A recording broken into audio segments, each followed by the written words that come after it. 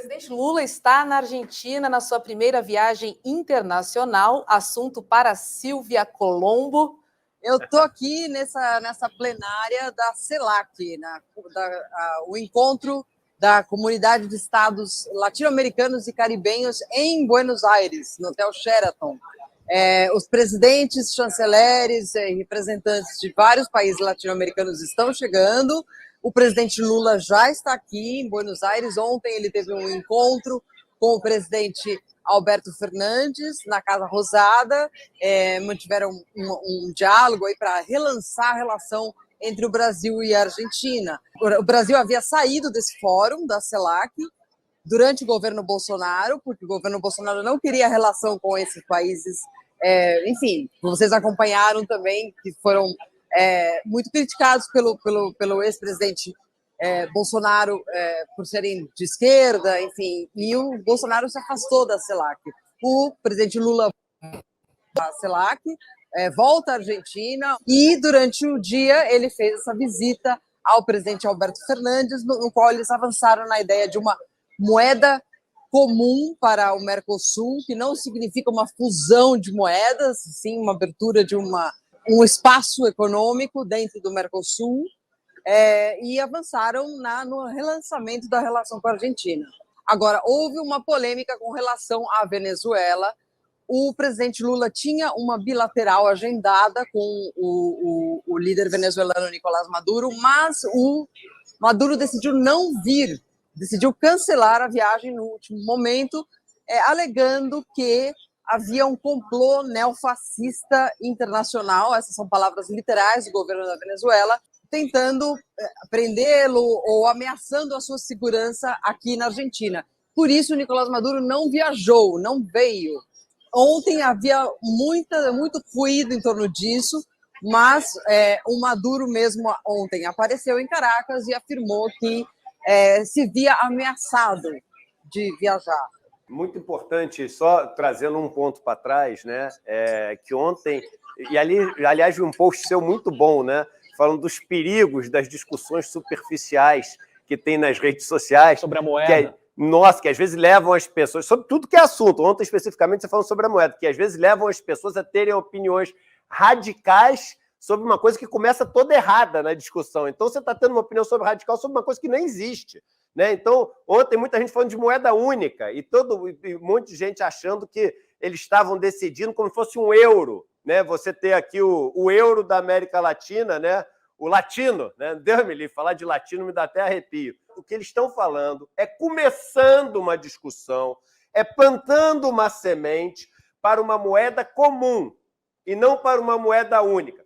Qual a diferença? Essa moeda comum seria algo como, e eu digo algo como porque não é algo que está ali já totalmente definido, a ideia é algo como uma referência, uma moeda de referência, onde os países da região poderiam fazer suas transações comerciais usando essa moeda como referência e não necessariamente tendo que trocar suas moedas por dólar e dólares pela outra moeda. Porque quando você tem que usar os dólares, por exemplo, você pode ter uma pressão nas suas reservas. Se você tem muitas transações para um lado ou para o outro e as suas reservas não te protegem, né, para movimentos muito fortes, você pode ter ataques especulativos, a sua moeda ela pode se ou valorizar ou desvalorizar demais e isso prejudicar os seus termos de troca com outros países. Então, se você pega e faz uma moeda comum, uma unidade de referência, que é uma unidade contra a qual as moedas da região são comparadas e esses negócios podem ser feitos através dessa base de comparação, você fica protegido ou amortecido, não protegido totalmente, porque essa moeda oscila em relação ao dólar também, essa referência, mas você fica mais amortecido em relação a choques externos e você vai fortalecendo o bloco, né, por conta dessa unidade que você começa a criar nessa percepção, enfim, comum dessa moeda de referência. Tem nada a ver com botar uma nota de uma moeda comum na carta, que estava um monte de gente opinando, tem jornal, até comentarista famoso falando, não, eu sou contra, absurdo, falando de uma outra coisa, não tinha nada a ver com o que está sendo proposto. Então é só importante chamar um pouco a atenção, muito bem lembrado por você, Silvia, que não é uma moeda como o euro que eles estão falando? Ontem havia muito ruído. De fato, ao falar em moeda única, os ministros Sérgio Massa, da Argentina, e Fernando Haddad, do Brasil, explicaram que não, essa suposta e eventual moeda única não iria impactar na cotação dessas moedas.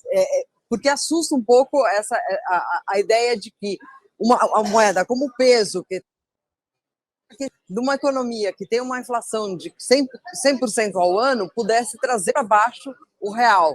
E eles explicaram que não, que é justamente a ideia de fortalecer algo que, na verdade, já existe, que é o mercado comum do Sul, né? Começando com o Brasil e a Argentina, com essa moeda única, e depois, eventualmente, com a adesão de outros países latino-americanos. A comitiva brasileira viaja amanhã para o Uruguai, nós vamos estar lá também, vão se encontrar com o presidente Lacalle Pou, também para tentar acabar com alguns ruídos que existem na relação do Mercosul e a relação do próprio Lacalle Pou com o Brasil e a Argentina.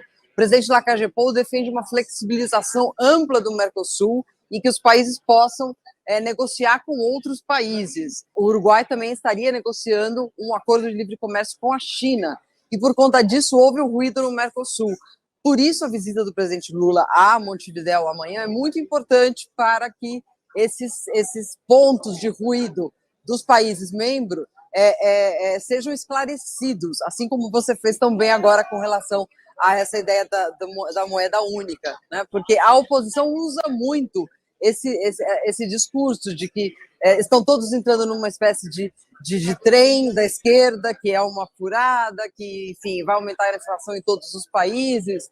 E o que os ministros e os presidentes da Argentina e do Brasil estão fazendo nesse encontro é tentar acabar com essa fricção e essas más interpretações.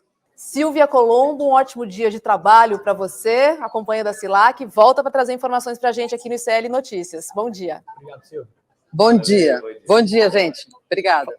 Fazer um comentário muito rápido antes da gente chamar o próximo quadro.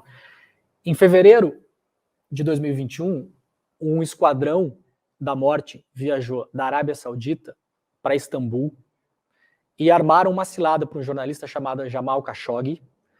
Disseram para ele que ele tinha que resolver problemas burocráticos dentro da embaixada da Arábia Saudita em Istambul.